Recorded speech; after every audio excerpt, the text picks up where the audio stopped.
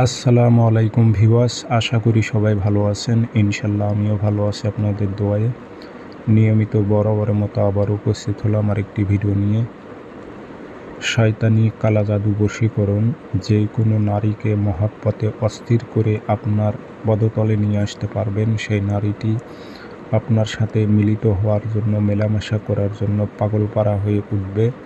এ তাবিজ আপনি ফটোকপি করে কাজ করতে পারবেন।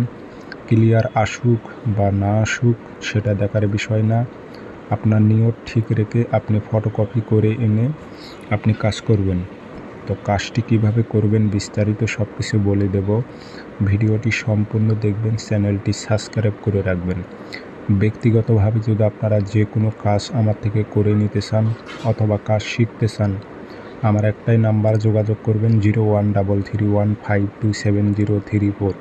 ইমো আছে, হোয়াটসঅ্যাপ আছে। যারা কাজ শিখবেন অথবা কাজ করে নেবেন যোগাযোগ করবেন। এগুলো খুব শয়তানি তাবিজ, খুবই পাওয়ারফুল।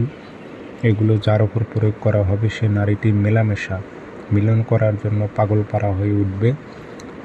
সে কোনো মতেই নিজেকে ঠিক রাখতে পারবে না, এক সময় আপনার কাছে স্যালেন্ডার করবে। তো আমি আগেই বলছি আপনার নিয়ত ঠিক রাখবেন।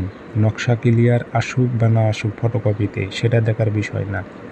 7টা ফটোকপি করবেন যে কোনো দিন, শনিবার মঙ্গলবার।